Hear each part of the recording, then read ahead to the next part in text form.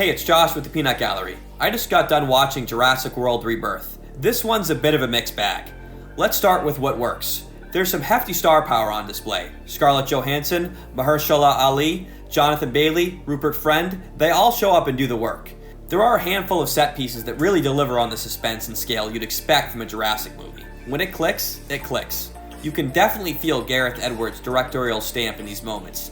The guy knows how to build atmosphere and tension, especially when it's humans versus nature. Look no further than bangers like Rogue One and The Creator.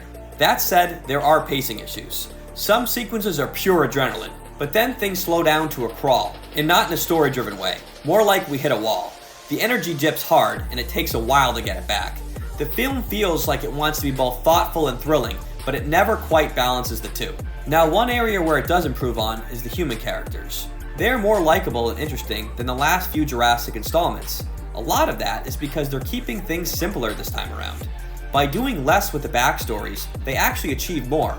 Johansson and Bailey carry most of the emotional weight, and they do a solid job keeping you engaged. Ali isn't it as much as I would have liked, but he makes the most of his scenes. And Rupert Friend is clearly having fun as the shady corporate guy. You know the type. The dino carnage is lacking overall. Edwards plays it far too safe, as the constant peril our characters find themselves in leads to a comically unrealistic survival rate, especially from a vacationing family. I get we have to suspend disbelief in a movie like this, but the stakes drop significantly with plot armor thicker than the bony plates of an ankylosaurus, and it starts to feel like we're watching a kid's ride at Universal Studios instead of a legit survival thriller.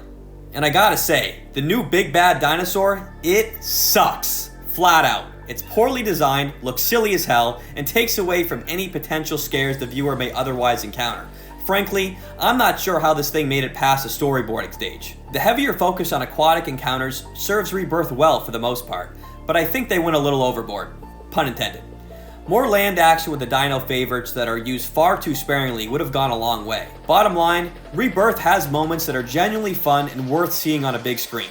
But the pacing issues, the disappointing new creature design, and the lack of real stakes drag it down enough that you might just want to wait for streaming. I'm giving this a 6.5 out of 10. See you on the next review.